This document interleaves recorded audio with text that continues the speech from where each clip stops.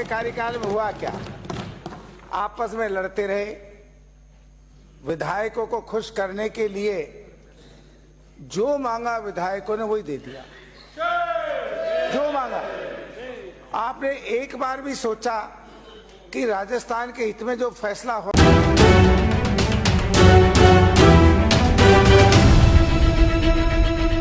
नमस्कार, मैं अशोक भाटी। आप देख रहे हैं इंडिया एक्सप्रेस न्यूज।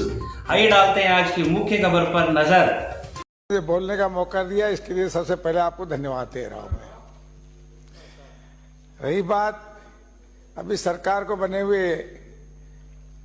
डेढ़ महीने ही हुआ है और मैं विपक्ष के जो हालात देख रहा हूं, मैंने भी लोकसभा भी देखी, विधानसभा भी देखी,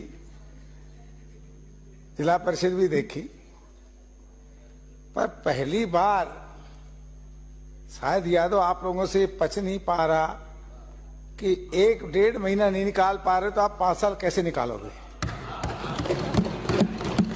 आपका 5 साल में क्या हाल होगा? हमें भी दुख है कि आपको मंत्री नहीं बनाया, हमें भी तकलीफ है इस बात की। ऐसे वरिष्ठ है और इतनी अनुभवी व्यक्ति को मंत्री नहीं बनाया। आप मेरी अगर सिफारिश करेंगे तो निश्चित रूप से मैं जाऊंगा। आपका जो नंबर है आप ही बोलना। नहीं, अगर मैं छेड़ नहीं रहा हूं साहब, आप बोलिए कि कभी भी आपने भी देखा है अध्यक्ष महोदय कि विपक्ष जरा सी बात होती है उसी वेल में आ जाता है। इस तरह का स्तर तो कभी विपक्ष का देखा ही ना, तो इससे लोकसभा जीत सकते इस तरह का आचरण से। आप ये सोच रहे हो लोकसभा तक ऐसे हंगामा मचाते रहेंगे इस तरह से? एक मुख्यमंत्री को बने हुए, सरकार को बने हुए, भाषण पे आ रहा हूं, वो भाषण आपसे जुड़ा हुआ है, भाषण आपसे जुड़ा हुआ है कि सरकार को बने हुए 1.5 महीना हो गया। अभी आप ईआरसीपी पर हल्ला मचा रहे थे, ईआरसीपी पर हल्ला मचा रहे थे, 1.5 महीने के अंदर समझौता कर रहा है।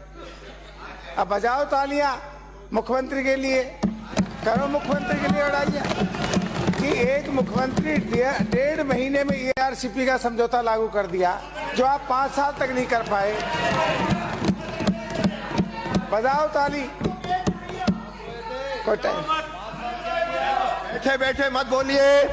माननीय सदस्य, फिर आपका भी बोलने का नंबर है, फिर ये डिस्टर्ब होंगे। कोई भी सदस्य किसी की ओर बोल रहा है, शांतिपूर्वक सुनेंगे, इधर के बोलेंगे, ये करेंगे, ये बोलेंगे, इधर के करेंगे। कृपया नहीं बोले। राज्यपाल के अभिभाषण पर माननीय सदस्य, जब मैं खड़ा हूं क्यों आ रहे हो साहब? ये व्यवस्था ठीक नहीं है।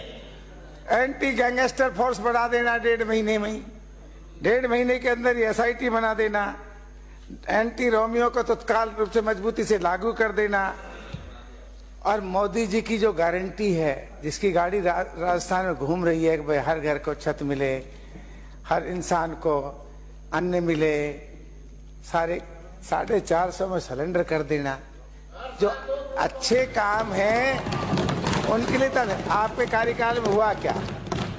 आपस में लड़ते रहे, विधायकों को खुश करने के लिए जो मांगा विधायकों ने वही दे दिया, जो मांगा।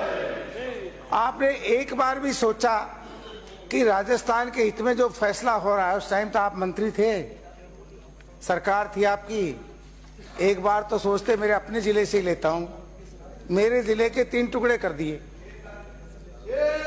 3 टुकड़े कर दिए। अब अभी तक ये नहीं पता कि उन 3 टुकड़ों के अंदर आदमी जिला परिषद के लिए अलवर जाता है, कलेक्टर से मिलने जाता है कोटपुतली, खैरतल का कहाँ जाता है।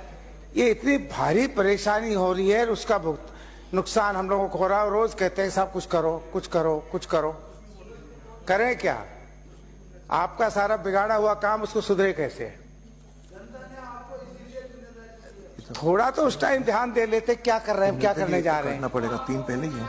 आप वो आपका बोझा तो ढोना पड़ेगा क्योंकि राजस्थान चलाना है, पर आपके ही विभाग के अंदर नगर पालिका बढ़ा दी, सरपंच को उठा के चेयरमैन बना दिया। उस बेचारे के पास कुछ साधन नहीं, ना ईओ है, ना उसके पास में स्टाफ है, ना कुछ और है, बना दिया, जगह जगह खोल के खड़ी कर दी। डेली मुसीबतें खड़ी हो रही हैं वहां जाके। नगर परिषद बना दी, नगर निगम बना दी, पर कम से कम ये तो देखते कि इनकी चलेगी कैसे, लोगों का काम कैसे निपटेगा। पंचायत समितियां खोल दी। हाँ, ताज्जुब की बात, एक तहसील खोल दी। एक तहसील के अंदर 2-2, 3-3 तहसीलों का जवाब है। जहां हमारे विपक्ष के नेताजी बैठे हैं, इनका भी एक तहसील मांडन आती है। उसके अंदर तहसीलदार का ही आता पता नहीं होता, पूछते हैं तो उस तहसील में गया, उस तहसील में गया है। उस टाइम बोलना चाहिए था कि हम कर क्या रहे हैं, जब हमारे पास में ना तो स्टाफ है, ना इंफ्रास्ट्रक्चर है, ना हम उससे कुछ कर सकते। तो लोगों को कितनी बड़ी परेशानी का सामना करना पड़ रहा है। खोल दिया आप लोगों ने English medium school Mahatma Gandhi ji के नाम पे। कहाँ गए पढ़ाने वाले, कहाँ गए पढ़ने वाले, क्या हाल हो रहा है उन स्कूलों का। एक बार तो सोचते, हर चीज के अंदर केवल 1.5 महीने में इतनी बड़ी उपलब्धियां एक मुख्यमंत्री ने कर ली, उसकी बजाय अपना कर्मों को देखो। अगर सच कह रहा हूं मैं, जितने जिले खुले थे आपके, मेरे ख्याल 19 जिले खोले थे या 15-16 कितने खोले थे, जो भी मुझे याद नहीं है, वही हार गए। एक वे खैरिया जी जानो पता नहीं कैसे जीत गया। सर है इसलिए याद नहीं। उम्र तो अब उम्र तो वही नहीं, अब उम्र का तो क्या कर सकते हैं, उम्र का तो कोई इलाज मेरे पास भी नहीं है। और ये है कि मेरा दिमाग शायद आपसे बेटर हो सकता है। ये रोज योग करते हैं। हाँ, वो टेक्निक मेरे पास नहीं है जो आपके पास थी। माननीय सदस्य रोज ये योग करते हैं, इसलिए इनका दिमाग अच्छा चल रहा है। तो इसलिए मैं तो आपसे यही एक बात कहूंगा,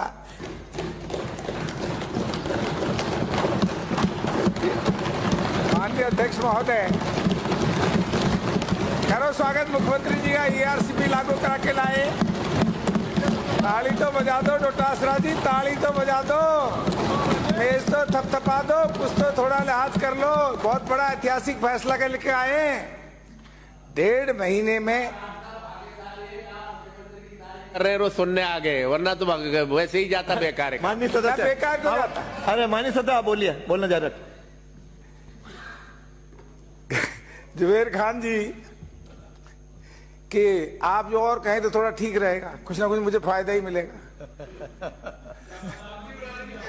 पर जब 1.5 महीने में इतने काम हो सकते हैं, तब लगा लो 5 साल में कितने काम होंगे।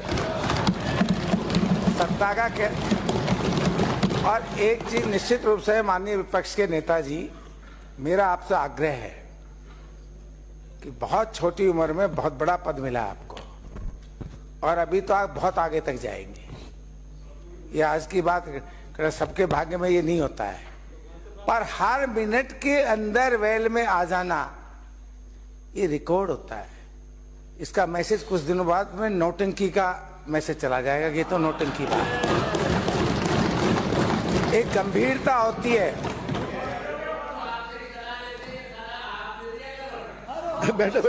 मेरा इनका संबंध है वो तो पारिवारिक है, पर पार्टी तो अलग अलग है, सिद्धांत तो अलग अलग है। अच्छे काम के लिए मैं उनको एक, जो मेरे दिमाग में आया वो अच्छी सलाह तो दे ही सकता हूं।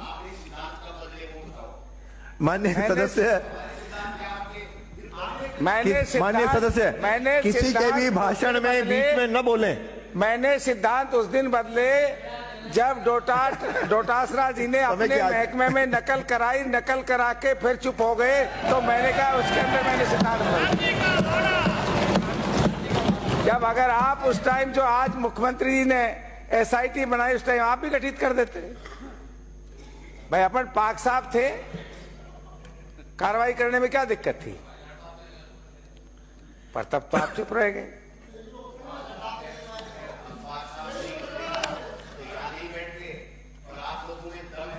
वो कर लेना, पाक साहब थे, पाक साहब रहेंगे। माननीय सदस्य देखिए, आप कंटिन्यू रहिए। मुझे तो आपकी ये जांच की, जब तक माननीय अध्यक्ष महोदय, ये जांच जब तक एक बार में अगर हमारे मुख्यमंत्री जी आपकी सारी जांच खोल जाए तो कम से कम विधानसभा सही चलती रहे। आप जांच के डर के मारे हर मिनट में बैल मार रहे हो, 1 मिनट भी काम नहीं करने दे रहे हो। कोई बात ही नहीं है। मुख्यमंत्री जी का एयरपोर्ट पर स्वागत हो रहा है, रास्ते में स्वागत हो रहा है, आप यहां हल्ला मचा रहे हो। ये अभिभाषण ही है और इसके अंदर क्या होता है? आप बैठिए। अरे आप अभिभाषण ही माननीय सदस्य, आप चौथी बार खड़े हुए हैं, बिराजो। एक अभी 5 मिनट में चौथी बार खड़े हो, बिराजो। आप बिराजे। 5 मिनट के भाषण में 4 बार खड़े हो, ठीक नहीं है। सरकार का अभिभाषण होता है, सरकार का विजन। बैठाऊंगा समय पूरा होने पे। ये तो सरकार का विजन। और मुझे तो ये ताजुब आता है, इसका मतलब ये नहीं नेता जो प्रतिपक्ष है उसको आप इस तरह दबाते रहोगे। ये एससी का है तो इसका मतलब ये नहीं है कि आप ये दबाते रहोगे और अपनी दादागिरी दिखाते रहोगे। उनको बोलने का अधिकार है, आपको बोलने का अधिकार नहीं है। आपने मेरे को इंगित किया, मैं नहीं कोई दबने वाला हूं, न मैं दबाऊं। मैं एक बात और कहना चाहूंगा। अरे भाई, ये टोकी होगी तो आपका माननीय विपक्ष के नेता नहीं, इन्होंने मेरा नाम लिया इसलिए मैं खड़ा हूं। नेता आप तो मैं बहुत आप तो इनको अध्यक्ष है, इनको बोलने का यहाँ अधिकार नहीं है। आप इनको बोलने ही मत दिया करो। नहीं, देखिए यहाँ जो सदन में आए सबको बोलने का अधिकार है, अपनी अपनी जनता की आवाज उठाने के लिए आए। पर मैं एक चीज का धन्यवाद आपको भी देना चाहूंगा कि माननीय मुख्यमंत्री जी, आप सदन में आज पधारे हैं पहली बार, तो कम से कम कोई मुख्यमंत्री की तारीफ कर रहे हैं। अरे रुको यार, कोई कम से कम मुख्यमंत्री की तारीफ कर रहे हैं, नहीं तो यहाँ मुख्यमंत्री से ज्यादा प्रधानमंत्री की चर्चा हो रही है। सदन के राज्यपाल के अभिभाषण पे मुख्यमंत्री का जिक्र ही नहीं। अरे प्रधानमंत्री जी की तो देन नहीं है। प्रधानमंत्री मुख्यमंत्री आज प्रधानमंत्री मोदी की बैठिए, सारे काम बोलने दे हो रहे। मोदी की गारंटी पर भाई इनका समय सीमा है। अब मैं इससे कृपया न करें। अध्यक्ष जी, मेरा तो आपसे आग्रह ये है कि एक तो मुख्यमंत्री जी यहाँ बैठे हुए हैं, मेरा उनसे निवेदन है, मोदी की गारंटी पर ही सब कुछ हो रहा है। पहला दुनिया का प्रधानमंत्री है, पहला दुनिया का प्रधानमंत्री है जो एक एक गली तक पहुंच रहा है, लोगों को एक एक गली तक पूछ रहा है कि आपकी क्या परेशानी है, आपका काम, आपका क्या रजिस्ट्रेशन हुआ नहीं हुआ, KYC बना। आज तक किसी दुनिया के प्रधानमंत्री ने नहीं पूछा। राम मंदिर बने तो आपको दिक्कत, बीच में मत बैठो, आपको दिक्कत। आपका नंबर आएगा फिर ये बोलेंगे। माननीय सदस्य, आपका भी नंबर आ रहा है, का नाम ले तो आपको दिक्कत। राम मंदिर बने तो आपको दिक्कत, और कोई चीज हो तो आपको दिक्कत। पर आप कम से कम अपने आचरण को इस तरह हल्ला मचाने से, जैसे मोदी जी की गारंटी है ना, मेरी भी गारंटी है कि लोकसभा में इससे वोट में फर्क नहीं पड़ने वाला। इससे लोकसभा में आप लोगों ने जो तय कर रखा है ना, बिना बात को वैल में आके शोर मचा देना, आपके दिमाग में किसी ने गलत चश्मे चढ़ा दिए कि चुनाव यही है। इससे बढ़िया भाषण हो आप भी ऐसे देते थे, मुझे पता है। अरे आप भी ऐसे देते थे, बताओ। मैं अभी भाषण में जो मुझे आएगा वही तो बोलूंगा, जो मेरी समझ में आएगा। राज्यपाल जी का जो विजन है, उनको टाइम दिया, राज्यपाल जी का विजन यही है कि राजस्थान आगे बढ़े। सरकार, माननीय सदस्य, आपका भी मैंने भाषण रिकॉर्ड निकाल दूंगा। सरकार पारदर्शिता से काम करे, सरकार तुरंत फैसले ले, वो सब ले रही है और आगे लेते रहेंगे। पर जांच जरूर कराएंगे, मानेंगे नहीं जांच कराए बिना। अब उससे जो घबरा रहे वो बार बार आते रहो, जांच तो होनी है। जल्दी खत्म करिए। 10 मिनट दिए आपकी पार्टी ने। आपके आदेश की पालना करूंगा, इतना ही है कि इससे अच्छी सरकार बन नहीं सकती। एक जो इससे अच्छा मंत्रिमंडल, मुख्यमंत्री जी आज डोटासरा जाओ, मेरे मंत्री की बात करें, आप जिस दिन मन से सिफारिश कर दो उस दिन बन जाऊंगा मैं। करनी पड़ेगी मन से आपने। तो इसलिए आपसे मेरा निवेदन है कि कुछ शिक्षा लो, अच्छे उससे लो, अपने कर्मों को भूलने की कोशिश करो, सरकार का सहयोग करो। जो आपके कर्म है, जिसकी सजा मिल रही है, आपको उधर बैठने का मौका मिला है, इससे ये सीखो कि निश्चित रूप से आपको से गलतियां हुई हैं। आपने पूरे राजस्थान को चरमरा के रख दिया। अराजकता का माहौल था, भ्रष्टाचार का माहौल था, किसी तरह की कोई वो नहीं थी। हर विधायक को मुख्यमंत्री बना के बैठा दिया था, चाहे हर चीज के अंदर हिस्सेदारी तय हो चुकी थी। इससे बड़े और घोटाले नहीं हो सकते। और मैं माननीय मुख्यमंत्री जी, आपसे भी एक निवेदन करना चाहता हूं ये रोजाना जो आए दिन घटनाएं घटती है ना, जो नौजवान गुमराह होते, बेरोजगार आदमी हमेशा गलत रास्ते पे जाएगा। और उसका मुख्य कारण है हमारे इंडस्ट्रियल एरिया के अंदर राजस्थान के जो बेरोजगार है उनको ये कहकर गेट से वापस कर दिया जाता है। हुआ तो ये आपके कार्यकाल में इस तरह का वातावरण पर कर दिया जाता है कि आप लोग कर लो, इसलिए आपको रास्ता नहीं मिलेगा।